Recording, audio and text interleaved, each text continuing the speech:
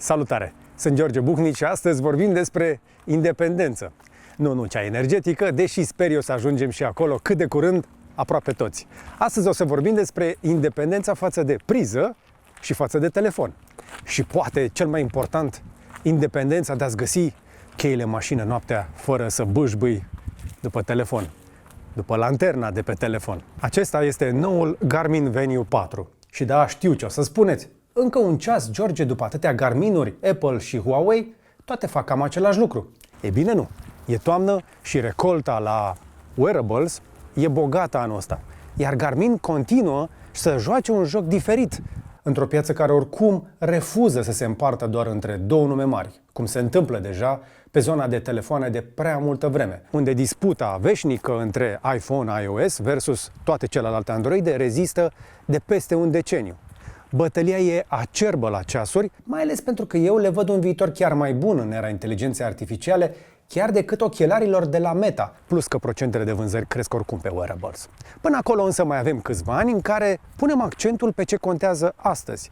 În timp ce unii se bat pe aplicații de social media la încheietură, Garmin se bate pe zile de baterie și pe date despre corpul tău pe care nici tu nu știai că le poți produce. Nu știai că poți să produci atât de multe cifre. În acest review o să vedem ce aduce nou așadar Venue 4 față de Venue 3, cum se compară cu greii momentului Apple Watch Series 11 și Apple Watch SE și cu rivalul puternic de la Huawei, Watch GT 6. Și da, o să vorbim și despre cea mai importantă inovație de la invenția roții încoace, lanterna la încheietură. Eu vorbesc serios. Așadar, rămâneți cu mine pentru review-ul meu cu Garmin Venue 4.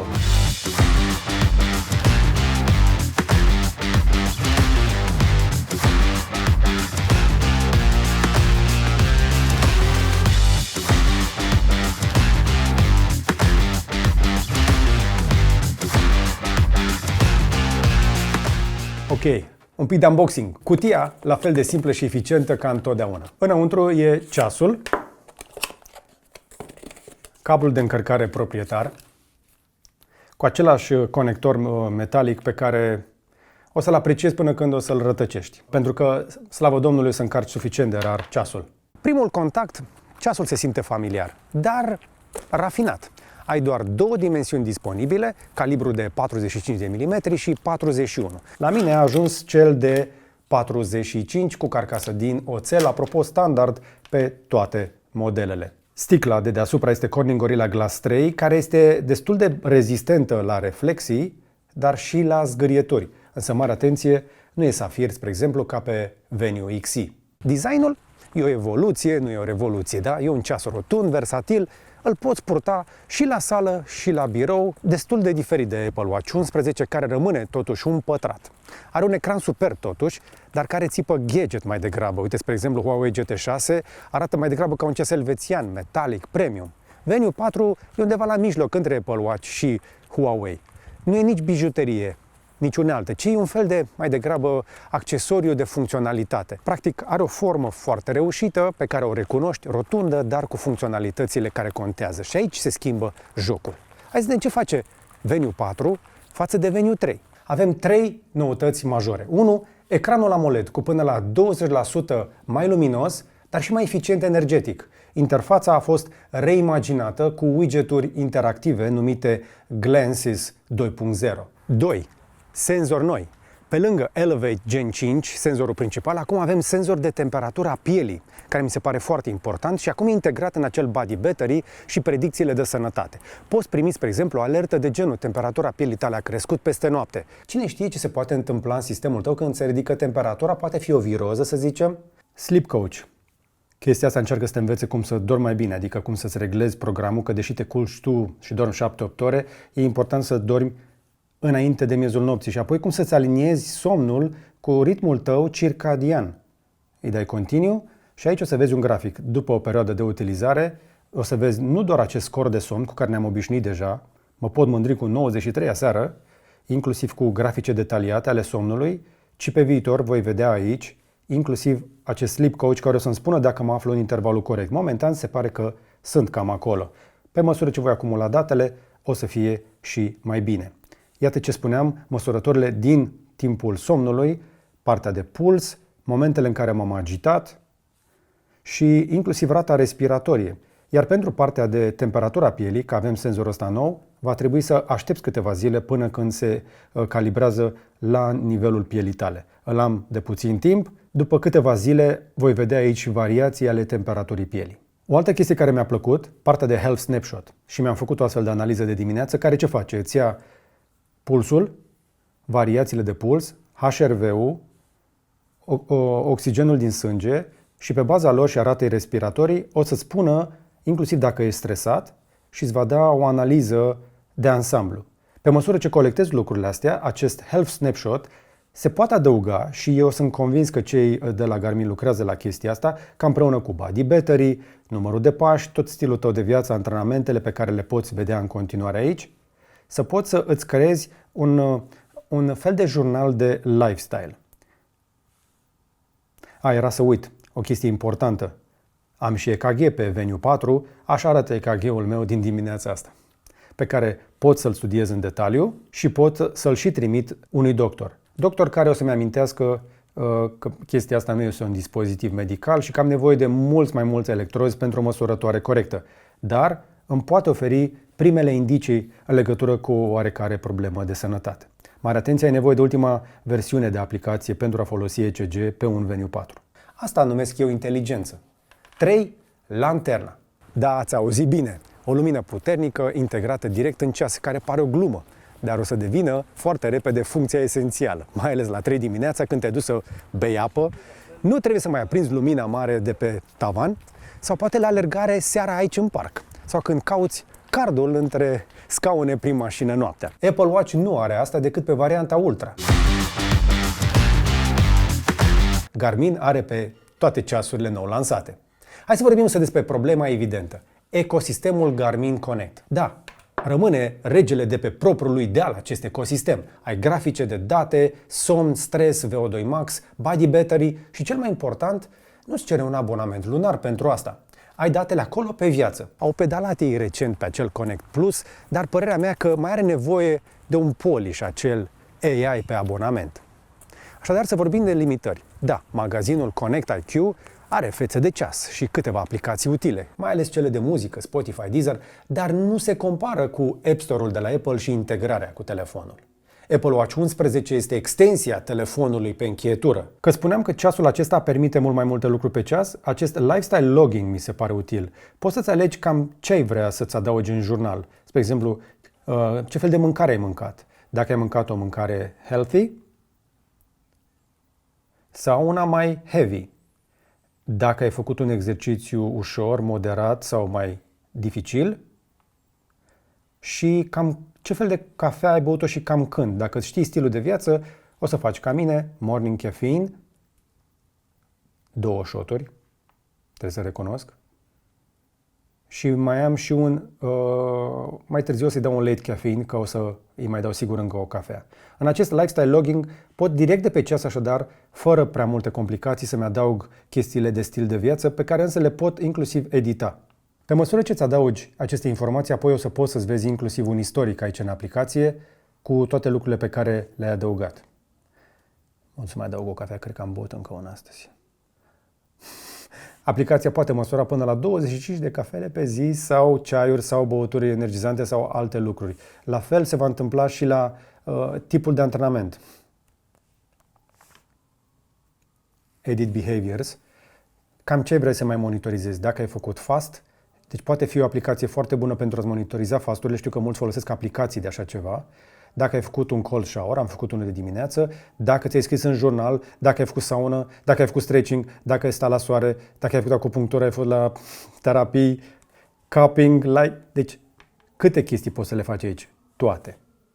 Și toate chestiile astea le poți adăuga așadar într-un jurnal de lifestyle, dincolo de informațiile pe care ți le colectează deja ceasul, astfel încât atunci când te uiți în spate, sper eu, cu un pic de inteligență artificială, să afli ce te ține în viață, ce îți îmbunătățește sănătatea și cum poți să-ți îmbunătățești longevitatea. Apropo de chestia asta, trebuie să mă laud. Mai am 4 kg și sunt acolo unde trebuie. Da, m-ați auzit vorbind o grămadă despre lanterne, dar cred că acest lifestyle logging are potențialul de a fi un killer feature software. Îmi doresc această funcție pe toate device-urile, pentru că, încă o dată, dacă e software, se poate transplanta cu ușurință pe toate device-urile de la Garmin și nu numai, poate ascultă și concurența. La plăți, Garmin Pay funcționează în România cu majoritatea băncilor mari.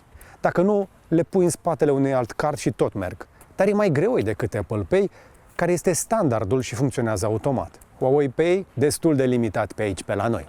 Hai să comparăm un pic și cu celelalte modele din gamă. Față de Venue 3, dacă ai deja un Venue 3, nu cred că merită neapărat un upgrade, dar de la Venue 2 sau un alt brand, saltul este uriaș. Și când vorbesc despre comparația asta de design, cam așa arată top of the line, să zicem, la Garmin, cel puțin pentru cei mai mulți dintre noi. Fenix 8 Pro, Venue XE și Venue 4. Dintre toate astea, ăsta e cel mai accesibil. Ăsta are însă și titan, și safir și încearcă să arate ca un Apple Watch Ultra, dar mai subțire, plus lanternă. Iar ăsta are tot. Fenix 8 Pro, i-am făcut un review recent, ca și lui Venue XE, însă are inclusiv conectivitate satelit, lucru care îl duce deja în liga mare foarte, foarte sus și foarte departe, că poți să mergi cu el aproape oriunde pe planetă în momentul ăsta. Dar uite-te și tu un pic la comparații. Dacă te uiți la ele, cu care dintre ele te vezi îmbrăcat la costum? Cu care dintre ele te vezi îmbrăcat casual? Cu care dintre ele te vezi îmbrăcat sport? Și deja, dintr-o dată, diferențele sunt mult mai evidente. Da, nu e doar o diferență de design și de gabarit, este și de percepție. Până la urmă, cred eu că acest Venue 4 este ceasul pentru 95% dintre noi. Ăsta e pentru cei 5% care se mai urcă și pe altceva decât pe scaunul din mașină și pe scaunul de la birou. Adică mă refer la cei care ajung măcar o dată pe săptămână undeva pe munte sau să facă un sport de anduranță, de performanță. Ăsta încearcă să fie cel mai bun din cele două lumi, dar ecranul ăsta atât de luminos îl va penaliza un pic la baterie. Materialele sunt super premium, însă arată prea sport prin comparație cu un ceas premium. Când vine vorba așadar despre gramatica asta de design, Garmin nu se concurează cu producătorii de ceasuri elvețiene. Nu a făcut-o niciodată și nu cred că va încerca prea curând, așa cum o fac cei de la Huawei. Garmin se află într-o competiție directă, cel puțin aparent, așadar cu Apple, care rămân etalonul când vine vorba de ceasuri inteligente. Dar Huawei vine foarte tare din urmă, nu doar cu prețul, ci și cu funcționalitățile, însă mai ales cu designul. Eu cred că vom vedea destul de curând și la Garmin niște inițiative în acest sens ca să se alinieze cu restul pieței. Oricât aș întoarce pe toate părțile, până la urmă diferența de design este una dintre cele mai importante, mai ales pentru cei care știu ecosistemul Garmin. Dacă mi-ai văzut până acum un Fenix, ăsta nu e un Fenix. Dar Fenix e pentru cei 5% dintre noi, ca să fiu generos, care se urcă măcar o dată pe săptămână pe ceva. Pe o bicicletă, pe un munte, fac un sport la modul aproape profesionist, de performanță. Asta e pentru ceilalți 95% care vor face sport poate în 5% din timp. E un pic pe dos. Dar cu toate astea, cu asta nu mi-e jenă să merg și la mânecă scurtă și la mânecă lungă, dacă e nevoie. Hai să vedem Venue 4 versus Apple Watch 11. Pe Apple o să câștige la funcțiile alea smart și integrarea cu telefonul. Dar Garmin câștigă la baterie. Poți să ajungi la 12 zile versus 2 la Apple Watch. Huawei o să câștige la GT6 cu materialele, da? Ceasul acela o să arate întotdeauna mai premium. Zici că e ceas elvețian prin comparație cu astea care par prea de sport. Dar cu siguranță, deși au senzori, ecosistemul și software-ul de la Huawei mai are încă nevoie de îmbunătățiri. 9 zile.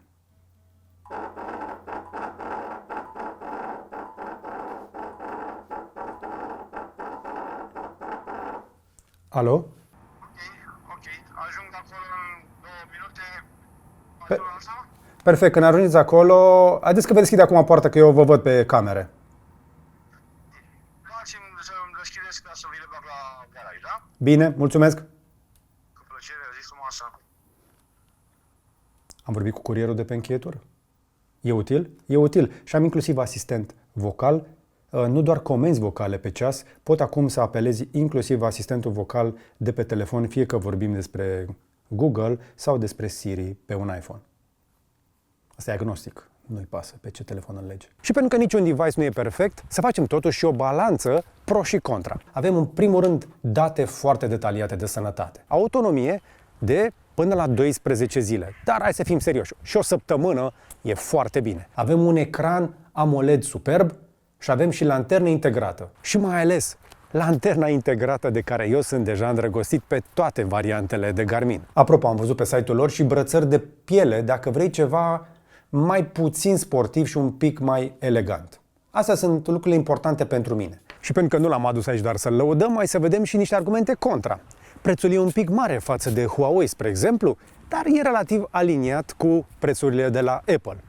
Mai avem și aplicațiile un pic limitate versus cele de la Apple. Încă o dată, ecosistemul e puternic aici. N-ai ce să faci, fiecare ține pentru turta lui. O să trec la minusuri cablul proprietar de încărcare pe care îl vei rătăci și vei descoperi că e scump unul de înlocuire. Iar copiile de pe piață, alea mai ieftine din China, sunt proaste. Crede-mă că am aruncat deja eu unul rotund, spre exemplu, care promitea că ține loc de docking station pentru telefon când îl încarci, ca să nu bagi mufa așa, ci să-l așezi așa. Nu a funcționat. Ca să tragem o linie de finish, Garmin Venue 4 rămâne cel mai bun echilibru de pe piață, cred eu, în acest moment. Este pentru cei care sunt serioși cu sportul și sănătatea, dar vor și un ceas care să arate ok la birou. Nu este la fel de smart ca Apple Watch 11 și nu este la fel de bijuterie ca un Huawei Watch GT6. Dar s-ar putea să fie unul dintre cele mai fiabile dintre acestea și mai complet din punct de vedere al mixului de autonomie, senzori și funcțiile utile. E o evoluție matură și utilă, îți cere doar să-l porți, restul face el. Dar voi ce credeți? E mai importantă bateria sau aplicațiile? Și sincer, cât de mult vă poate tenta lanterna pe un smartwatch ca pe mine? Nu uitați la final să dați un like, un share și un subscribe și pe data viitoare să vă fie numai bine!